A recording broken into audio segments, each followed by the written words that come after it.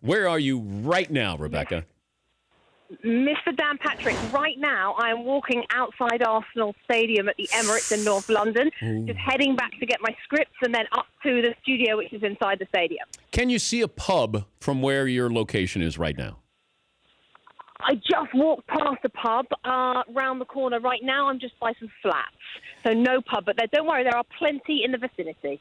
Okay, how busy is it right now? Now, 4 hours or so before game time. Yeah, it's pretty busy. There's quite a few fans milling around, and the scarf sellers are out, the hot dog vans are out. Everyone's kind of getting ready, but because it's a Friday, people are either still at work or in the pub, and then they will start getting really packed in about 3 hours. What happens if you go into the wrong pub wearing the wrong kit? Bad things happen to you, Dan Patrick. Bad things happen. If you were here, I would point you in the direction of the wrong pub just to see, because it would just be so fun, especially with an American accent, even more fun. No, in this area, with this game today, Arsenal-Leicester, you won't have too much of a problem. But if you walk into the wrong pub and you're a Tottenham fan, you're walking into an Arsenal pub, not a good plan. All right, give me the cool underdog team to root for this year. Oh, okay. I'm going to give you West Ham United because they've signed a really good striker, Mexican striker called Chicharito. His name is Javier Hernandez. His nickname is Chicharito, which means Little P, long story. But he's the new striker at West Ham United. They're a very cool club. They play their football in the Olympic Stadium where London 2012 was held, and their manager, Slaven Bilic, is like a proper mod. He's super cool. He's got a cool haircut. He smokes cigarettes and he just kind of hunches over on the sideline and is just cool. So that's West Ham United is who you've got to root for this season. But I thought I brought up West Ham to you a couple of years ago, and didn't we not like their colors? Do they have like brown or something? No, they're claret and blue, which is like purple and blue. No, we like their colours. But back then you were in love with Leicester City. Yes. So I couldn't change a man who was in love with Leicester, especially with the success that you had. Of course, I called him Leicester City when I said, I really like this Leicester City. And you go, you mean Leicester City, Dan? Yeah, I like them too. Oh, Dan. My education of you is I feel like it's going to be a couple of decades before we're both on the same page. We've got the Premier League pronunciation I'm very proud of you. You said Premier League rather than Premier League. Yes. So I'm super proud of that. And now we're on Leicester. So we're good. We're getting there season by season. I just brought this up to Paulie, and he was stumped by this. But is it good or bad for the sport that Messi, Ronaldo, and Neymar do not play each other, this week to week in the same league? Is it good or bad for the Premier League, or good or bad for the sport in general? For soccer, for the sport in general. Yeah, I suppose you're right. The kind of the matchup of those guys is always a real spectacle. But in this day and age, Dan, there are so many players who are getting to that level. You've got some wonderful players. Philippe Coutinho, who Barcelona are trying to buy for £100 million, is edging towards world-class status. You've got big names across Europe. Lewandowski is another one. You've got so many that every week there is a clash of top-class players, no matter where you look in Europe. So I don't think it's too much of a downrise. As long as they're playing, then football fans are happy. Give me the favorite or favorites in the Premier League. Manchester City are the favourites, I think, to win the league, with Pep Guardiola, who is, some say, the best manager in the world. Last season, he underwhelmed a little bit, but he was very harshly treated by the media. This season, I think he's going to be feet under the table a little bit more. She's going to show what he can do. I think he's also spent about $200 million, which also helps. Do you think there'll ever be a salary cap in the Premier League? You asked me that. I remember you asked me that on the first interview I ever had with you years ago, and I was like, no. It's never going to happen. They won't allow it to happen. Players are too powerful. It will change the whole way that the transfer market goes, and it's not at the moment in anybody's interest. So I'm going to say no. The relegation aspect is fascinating to me. When a team loses and has to be relegated, or somebody gets promoted, and what does that mean? And is there a particular size your stadium has to be to conform to the Premier League now that you're going to be playing with the big boys in the TV contract?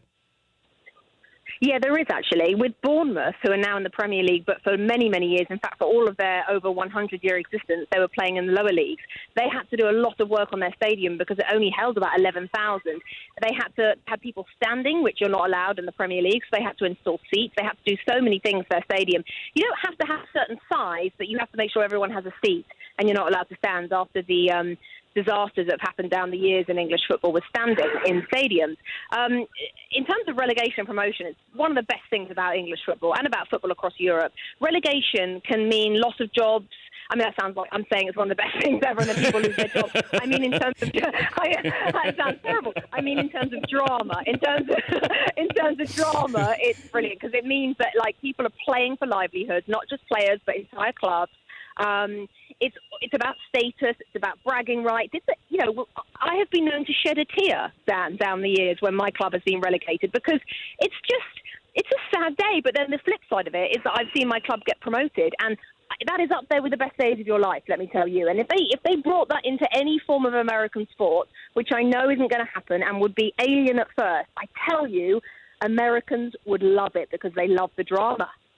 I would love to see it too, and you being a fan of Crystal Palace, who would be Crystal Palace in the NFL? Just to give people, something analogous to what the pain that you go through every year.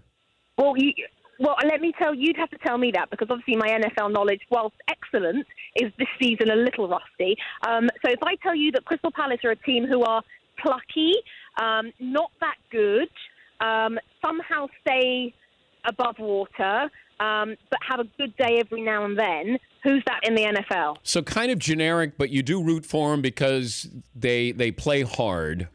Is that fair to say? Maybe. Yeah. So who would that be? Yeah. Maybe the Tennessee Titans. I've never heard of them, Dan. Why are you making them some team that I've never heard of? No, they're a real team. They're a real team. I wouldn't do that. No, they're not. Yes, I promise you. They've never been on TV. I've never heard of the Tennessee Titans. Do me a favor. How much? Can't we be the New York Giants? No, you could be the New York Jets. The Giants win. They win Super Bowls. Oh, okay. Yeah, fair enough. We the Jets. How much betting goes on legally at the stadiums? Lots.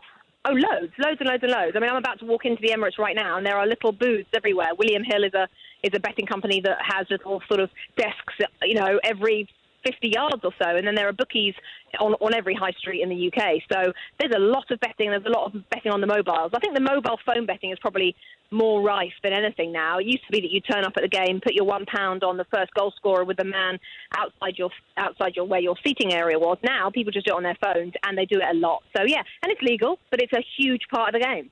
Can you put €20 on West Ham for me?